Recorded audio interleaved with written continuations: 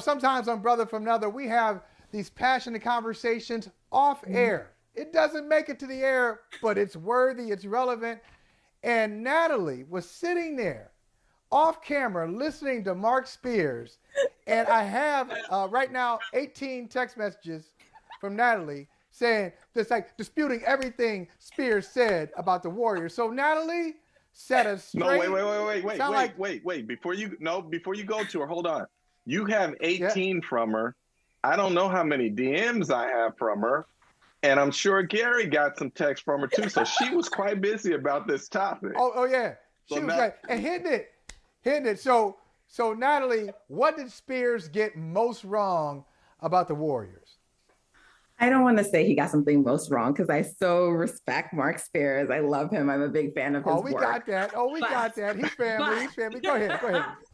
Like, first of all, these passes to Klay Thompson and Draymond Green, we have to stop, right? And yes, we acknowledge that Klay Thompson is coming off of 2 injuries. Their injury management is not going to have him play the second night of back-to-backs, but he gets paid a certain amount of money to fill a certain role, and he's not doing that consistently for them. So if that is who he is now, if that is the player who he is, that's fine. We acknowledge that and we understand that something happened, but then you have to account for that, right? Like you have to make a change to the team for that.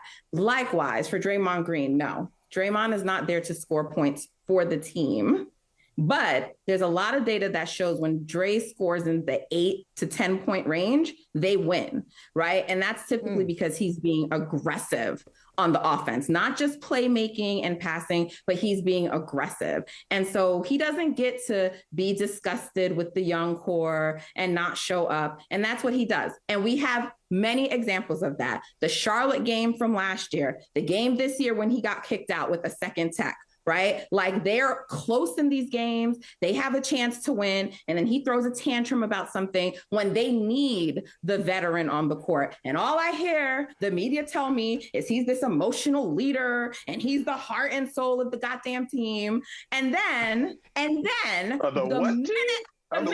minute I said GOT, got. Come on, keep it coming. Okay. The minute Stephen Curry is not there, he calls Kevin Durant all kinds of names. The minute Stephen Curry is not there, he gets kicked out of games. I don't want to hear about him being a leader if you can't lead without Stephen Curry being on the court, right? They need his leadership. And the whole idea of like trying to make, this is the problem with the Warriors. They like to turn people into things that they are not. You can teach people certain things and they can develop certain skills. But at some point, like shot's coming. We're going to take a shot. This is a Jordan Poole shot. We have to acknowledge what people are. So I'm not taking a shot, but here's the thing. When we say Jordan Poole is out there to facilitate, no, he's not. He's best as a scorer. He's not a great playmaker. He's not a great facilitator. He's maybe above average. He's not great at it. And maybe he'll develop and get better, but that's not his strong suit. His strong suit is scoring and not shooting, scoring, because he's never going to be like a sharpshooter like Steph and Klay. But when he gets hot, he can be. But he's there to score, to put pressure on the rim, to be another dynamic player, another ball handler out there in the absence of Steph, because we don't have another one. It's not Klay, it's not the others. But they want to force him into this facilitator playmaking role. And the other thing that we need to acknowledge, like, yeah, he's gonna struggle and look crazy on the second night of a back-to-back. I just wish you had more opinions on it. I know I keep going, but this is my last point. You don't have any opinions.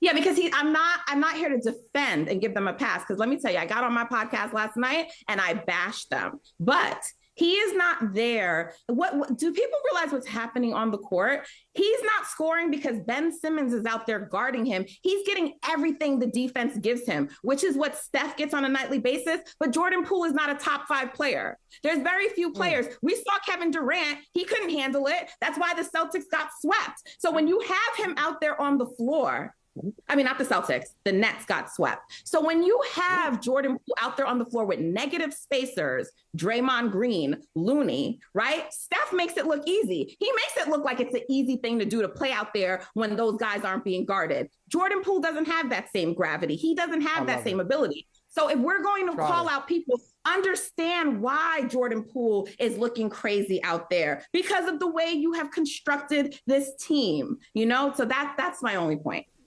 Trotter. That you said that's your only point. That's a great way to land the plane too. That's my only point. That was a great. And I know we're going to Trotter, but Wiseman, because I know how people feel about Wiseman, but Wiseman has demonstrated zero ability to do what Andrew Bogut did. He cannot make reads. He does not see the floor well. Wait a minute. He is not a rim Natalie, protector. You gotta be fair. Like he hasn't. Natalie, what I'm being saying unfair. is he wants to play a certain kind of game. I'm not saying that he's not skilled. That's not what I'm saying. I'm saying the kind of way that he wants. He's not bogus. He wants to. He's not. He wants to play. He's not bogus. But he wants to play like Anthony Davis. That's what I'm saying, and that's what he's more inclined to. And you're trying to force him to be a type of big that he isn't. And that's what I'm saying about them trying to force people into unnatural things for them. They have to stop. That's all. I'm sorry. Right. I thought you landed this plane I thought she landed this plane 5 minutes ago. Didn't she tell she was landing in 5 minutes ago? She kept going. Hey, Trotter, you know what I should have done, Trotter? You know what I should have done? And this is a mistake on my part. I should have Natalie and Spears. Just like together. Like, why didn't I think of that? Why didn't I think of that? That's one of the first shows of 2023.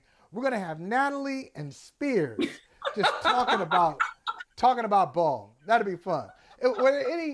Trotter, I know you're a Warriors fan too.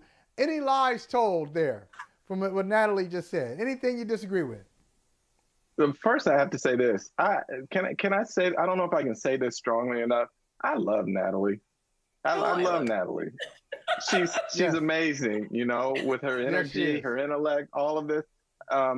That said, no, I can't disagree with a lot of what she said. I will say this, though. I did have a question when she talked about the data showing that when Draymond scores in the 8 to 10 range, their success rate goes up so much. How much of that is when he also has both Steph and Klay and/or Wiggins on the floor with him in terms of being aggressive? Does it show their success goes up? Of course, a large portion of it is that, right? Because if you notice, Steve Kerr doesn't like to separate Draymond and Steph, but there's a reason for that, right? And so they're already being separated some to put him in that second unit because it's needed, right? So of course it changes with those guys. But what I'm saying is we need him to still be aggressive. We need him to give the defense a reason to guard him. And that doesn't mean that you're going to shoot threes and make all of them. But that means, you know, there has to be someone, and look, they're lacking some people, but that you can pick and roll with so you can get to the rim and, you know, put up a layup or, you know, whatever you want to do. Like, he needs to be aggressive on offense. And sometimes he just doesn't go out there with that mindset, even when Steph and Klay aren't on the court.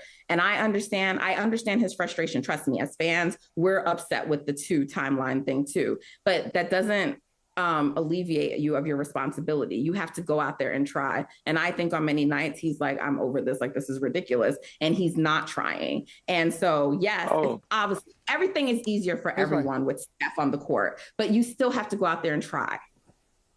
I only have one question. No, you see in his body language, as I talked about earlier, it's clear the frustration that Draymond has. I got one question, and we'll end on this. Take your time on this question. Okay, take your time on this.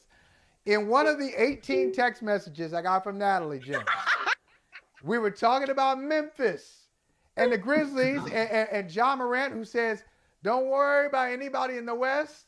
Talking about you, Golden State. Don't worry about anybody else. We're worried about the Celtics. Natalie says, Memphis is going to take an L in that Christmas Day game. So, Natalie, are you sure? Is that a guarantee that the Memphis Grizzlies are going to lose with no Steph Curry on the floor and perhaps no Andrew Wiggins? Why do you think Memphis is going to lose that game on Christmas? Okay. So, yeah, I mean, that is my one qualifier. My statement is assuming that Andrew Wiggins returns on Christmas Day. But if they have the rest of the team intact without Steph, yes, I do believe that they will win. They do play better at home, everyone plays better at home on that team. So even if Steph isn't there, they are going to play better at home. You have 2 games where they just got embarrassed. And they can say they're the champions and they can say whatever they want, but they got embarrassed. 2 games that were on TV, right? So now they're coming home. It's Christmas Day. And then Ja wants to get on TV and talk shit. He loves to talk shit. And like that fuels the Warriors. It does. And then they actually have precedent for this. In that season when both Steph and Klay were out in 2020, whatever year that was, where the 2 of them were out, the Warriors had a Christmas Day game because Steph got injured at the beginning of the season. So we didn't know that he wouldn't be playing. They played the Houston Rockets. That was the version of the Rockets with Harden and Russ. And the Warriors putting out a team that had people who are not even in this league anymore. You wouldn't remember their names. So I'm not going to tell you who. They went on national TV and they beat the Rockets. They have precedent on Christmas Day. So they have precedent for this. Andrew Wiggins is going to be upset. He's going to be upset because you see that rule they put into place because he became an all-star. They called it the Wiggins rule. They changed the voting rules because they were upset he became an all-star. So they're trying to stop him from being an all-star. You got Steph not playing. You got the Grizzlies talking shit. They're winning. They're winning. I love it. And Natalie, John said, how about this? Natalie and Trot. They said, John Moran said, we would have won, or he feels, along with the rest of the Grizzlies, if I don't get hurt, we beat the Warriors. Now, While they were down 2-1. While they were down 2-1, by the way. I don't remember them leading in that series when John Morant got hurt. Oh, wow. Exactly. I can't wait, though. Exactly. I love it. But we need more of this. Basketball needs more rivalries. We need rivalries. I love it. I'm here for it. This is what happens. This is what we do. Brother from another, when the cameras are off, we just keep going. We appreciate y'all. No, Natalie keeps going. Natalie keeps going. And Natalie could keep going, but we're going to stop it now. And we'll say thank you for consuming the show. You can check us out in a number of spaces: Peacock TV, YouTube, wherever you listen to podcasts, Sirius XM Channel 85. We will see y'all in 2023. Thanks for hanging out. Hey, thanks for watching Brother from Another on YouTube. Make sure you hit subscribe before you leave, and be sure to watch us 3 to 5 p.m. Eastern Time on Peacock. Appreciate you.